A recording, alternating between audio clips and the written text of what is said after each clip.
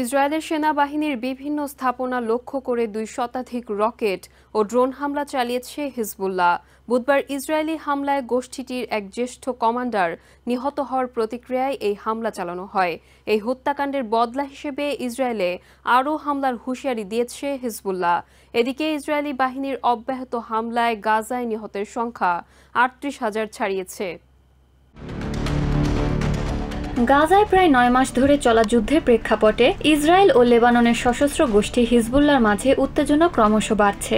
দুই পক্ষের মাঝে হামলা পাল্টা হামলা অব্যাহত রয়েছে। বৃহস্পতিবার ইসরায়েল সেনাবাহিনীর বিভিন্ন স্থাপনা লক্ষ্য করে ২ শতাধিক রকেট ও ড্রোন হামলা চালানো হয়েছে বলে নিশ্চিত করেছে হিজবুল্লাহ। ইরান সমর্থিত গোষ্ঠীটি জানায়, ইসরায়েলি হামলায় লেবাননের দক্ষিণে জ্যেষ্ঠ কমান্ডার নাসেরের নিহত হওয়ার প্রতিক্রিয়ায় এই হামলা চালানো হয়। এর আগে বুধবারও ইসরায়েলে শতাধিক রকেট হামলা চালায় তারা। কমান্ডার নাসের নিহত হওয়ার প্রতিক্রিয়ায় হিজবুল্লাহর অন্যতম শীর্ষ কর্মকর্তা হাশেম সাফিদ্দিন ইসরায়েলের বিরুদ্ধে বদলা নেয়ার হুঁশিয়ারি উচ্চারণ করেছেন।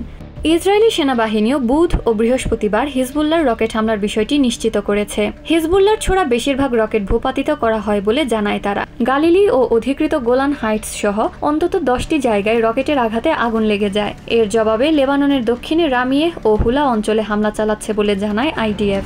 এদিকে গাজায় ইসরায়েলি বাহিনীর হামলা অব্যাহত রয়েছে। প্যালেস্টাইনের ওয়াফা নিউজ এজেন্সি জানায়, গাজার মধ্যাঞ্চলে ইসরায়েলি বোমা হামলায় এক মার্কেটে অন্তত 4 জন নিহত হয়েছেন। আহত হয়েছেন আরও বেশ কয়েকজন। গাজার পূর্বাঞ্চলে এক স্কুলে হামলায় বেশ কিছু হতাহতের ঘটনা ঘটেছে। এছাড়া দারাজ ও শাফ এলাকায়ও হামলা চালায় ইসরায়েলি সেনারা। এরই মাঝে অক্টোবরের 7 তারিখের পর থেকে ইসরায়েলি সেনাদের হামলায় নিহত গাজাবাসীর সংখ্যা ৩৮,০০০ ছাড়িয়ে গেছে বলে জানিয়েছে সেখানকার স্বাস্থ্য মন্ত্রণালয়। আহত অন্তত ৮৭,৪৪৫ জন। এডলিন শ্রেয়া, TVN 24 নিউজ ডেস্ক। ব্রিটেনের সাধারণ নির্বাচনে ভূমিধস বিজয়ের পথে রয়েছে বিরোধী দল লেবার পার্টি। এর ফলে কনজারভেটিভ পার্টির 14 বছরের শাসনের অবসান হতে যাচ্ছে। ইপসস, বিবিসি, স্কাই ও ITV নিউজের যৌথ বুথ ফেরত জরিপ বলছে, পার্লামেন্টের 650টি আসনের মধ্যে 410টিতে জয়ী হতে যাচ্ছে লেবার পার্টি। প্রধানমন্ত্রী ঋষি সুনাকের দল ক্ষমতাসীন কনজারভেটিভ পার্টি মাত্র 131টি আসনে জয় পাচ্ছে। 200 বছরের ইতিহাসে এটাই কনজারভেটিভদের সবচেয়ে শোচনীয় পরাজয় বলে জানিয়েছে বিবিসি। লন্ডনে বিবিসির হেডকোয়ার্টারের বাইরে প্রজেক্টরে ব্রিটেনের সাধারণ নির্বাচনের বুথ ফেরত জরিপ প্রদর্শনের পর উল্লাসে ফেটে পড়েন দীর্ঘদিন ধরে ক্ষমতার বাইরে থাকা লেবার পার্টির সমর্থকরা। পার্লামেন্টের 1/3 আসনও ধরে রাখতে পারেনি ক্ষমতাসীন কনজারভেটিভ পার্টি, যেখানে সরকার গঠনের জন্য অন্তত 326টি আসন প্রয়োজন। আর পার্লামেন্টের তৃতীয় বৃহৎ দল হতে যাচ্ছে লিবারেল ডেমোক্র্যাটস। নির্বাচনের অনেক আগেই বিভিন্ন জরিপে লেবার পার্টির এমন ভূমিধস বিজয়ের আভাস পাওয়া যায়। 2010 সালের পর প্রথমবারের মতো সরকার গঠন করতে যাচ্ছে দলটি। অবসান হতে যাচ্ছে কনজারভেটিভদের 14 বছরের শাসনের। 1945 সালের পর এবারই প্রথম জুলাইয়ে ব্রিটেনের সাধারণ নির্বাচনের আয়োজন করা হয়। এবারের মোট ভোটারের সংখ্যা প্রায় 46 মিলিয়ন। বৃহস্পতিবার সকাল 7টায় ভোট গ্রহণ শুরুর পর স্ত্রীকে সঙ্গে নিয়ে নিজের নির্বাচনী এলাকা নর্থ ইয়র্কশায়ারে ভোট দেন প্রধানমন্ত্রী ঋষি সুনাক।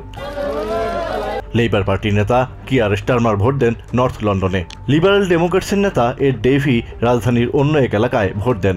আর স্কটিশ ন্যাশনাল পার্টির নেতা জন সুইনির ভোট কেন্দ্র ছিল সেন্ট্রাল স্কটল্যান্ডে। এবারের নির্বাচনে মোট ভোট কেন্দ্র ছিল প্রায় 40,000। এবারই প্রথম ভোট দিতে ছবিযুক্ত আইডি কার্ডের প্রয়োজন হয়। অনেক ভোটার বলেন এর কোনো প্রয়োজন ছিল না।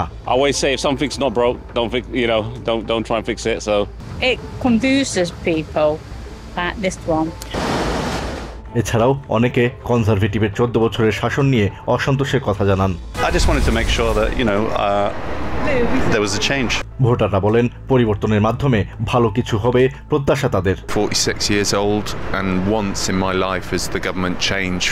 এবারের নির্বাচনে পাবের মতো কিছু ব্যতিক্রম জায়গাকেও ভোট কেন্দ্র হিসেবে ব্যবহার করা হয়। যেসব ভোটার ডাকযোগে নেওয়া ব্যালট ফেরত পাঠাননি, তারাও ভোট কেন্দ্রে ব্যালট জমা দেওয়ার সুযোগ পান।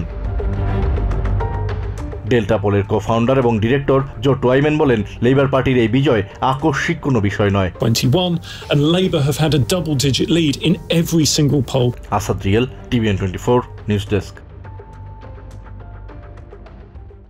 চায়নায় তৈরি ইলেকট্রিক গাড়ি আমদানিতে শুল্ক বাড়িয়ে সর্বোচ্চ ৩৮% করার ঘোষণা দিয়েছে ইউরোপিয়ান ইউনিয়ন। ইউর মুখপাত্র এরিক মামেয়ার জানান, অন্যান্য ভর্তুকি বাতিল ও বিশ্ববাজারে প্রতিযোগিতার ভারসাম্য রক্ষায় এমন সিদ্ধান্ত নেওয়া হয়েছে। শুল্ক বাড়ানোর প্রতিক্রিয়ায় পাল্টা ব্যবস্থা নেওয়ার হুমকি দিয়েছে চায়না।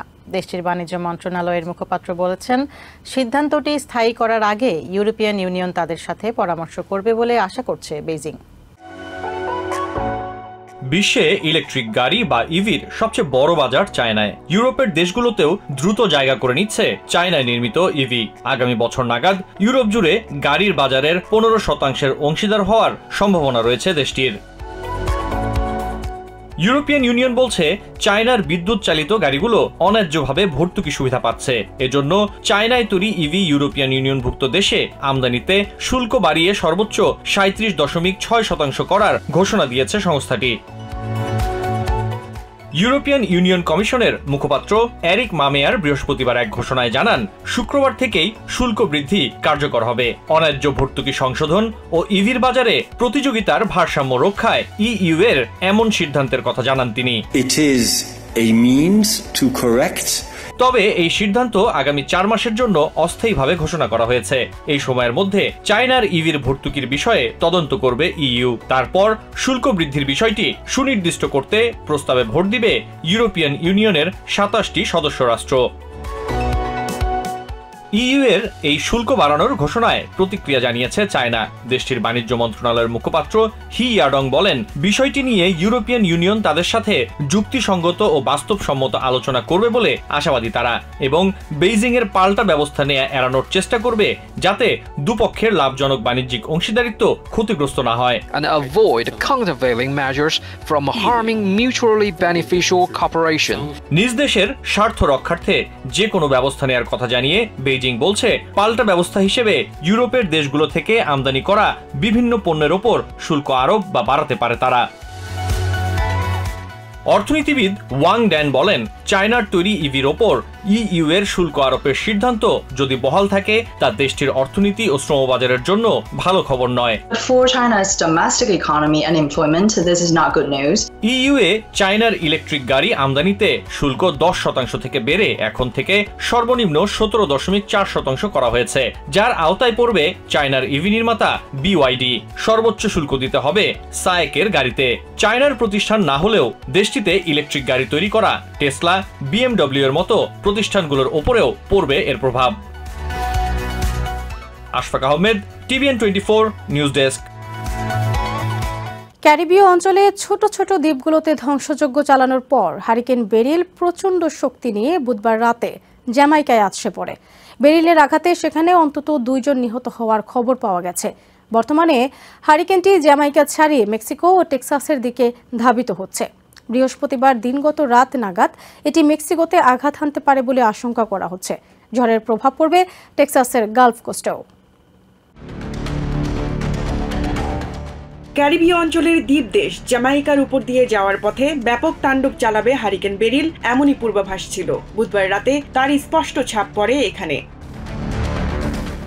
ঝড়ের সময় প্রচন্ড বৃষ্টি আর বজ্রপাত হয় জ্যামাইকায়। আঘাত হানার 1 ঘন্টার মধ্যেই প্লাবিত হয় দেশটির রাজধানী কিংস্টনের রাস্তাঘাট। ক্ষতিগ্রস্ত হয় বাড়িঘর ও ব্যবসা প্রতিষ্ঠান। পুরো ক্যারিবীয় অঞ্চলে হারিকেন বেরিলের কারণে এখন পর্যন্ত বেশ কয়েকজনের মৃত্যুর খবর পাওয়া গেছে। Look like we're down to just a breeze and maybe a couple of showers left, certainly with the worst behind us at this point. জানমালের ক্ষতি এড়াতে জ্যামাইকার দুর্যোগপ্রবণ এলাকা থেকে বাসিন্দাদের আগেভাগেই সরিয়ে নেওয়া হয়। ঝড়ের ভয়াবহতার কারণে নিম্নাঞ্চল থেকে সবাইকে সরিয়ে নেয়ার জরুরি নির্দেশ দেন জ্যামাইকার প্রধানমন্ত্রী Andrew Holness. If you live on the banks of a river or a gully, I implore you to evacuate to a shelter or to safer ground. এর আগে বেরিলের আঘাতে ক্ষতিগ্রস্ত হয় সেন্ট ভিনসেন্ট ও গ্রেনাডা। আধা ঘন্টার ঝড়ে ও বৃষ্টিতে পানিতে ডুবে যায় কারাকো দ্বীপ। Their roofs were flying past, you could see it passing. It was just the terrifying experience. Union আইল্যান্ডের অন্তত 90% ঘরবাড়ি বিধ্বস্ত হয়ে গেছে। এখানকার বেশিরভাগ বাসিন্দাই এখন গৃহহীন। ত্রাণকর্মীরা গৃহহীনদের খাদ্য সরবরাহ করার চেষ্টা করছে। As you can see behind me, there's lots of destruction. There's no electricity, power, water. ঝড়ের পরপরই বিদ্যুৎ বিভ্রাটে পড়ে জ্যামাইকার বাসিন্দারা। বেরিলের আঘাতের পর আস্তে আস্তে যোগাযোগ স্বাভাবিক হতে শুরু করেছে ক্যারিবীয় দ্বীপগুলোতে। সচল হচ্ছে ফোন ও ইন্টারনেট সংযোগ।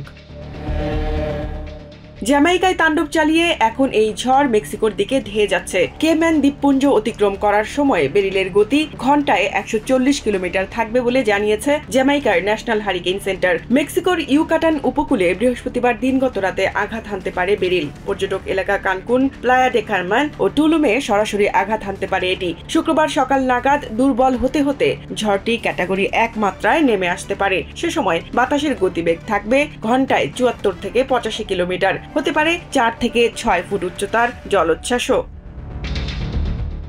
এদিকে মেক্সিকোতে আঘাতের সময় বেরিল আমেরিকা মেক্সিকোর সীমানা অঞ্চল গালফ কোস্টের দিকে কিছুটা প্রভাব ফেলবে। তবে গালফ কোস্ট অতিক্রমের সময় বেরিল আবারও শক্তি সঞ্চয় করতে পারে বলে আশঙ্কা করছে ন্যাশনাল ওয়েদার সার্ভিস। এ সময় দক্ষিণ টেক্সাসে ভারী বৃষ্টির পূর্বাভাস জানিয়েছে তারা। খাদিজাতুল কুবরা, TVN 24 নিউজ ডেস্ক।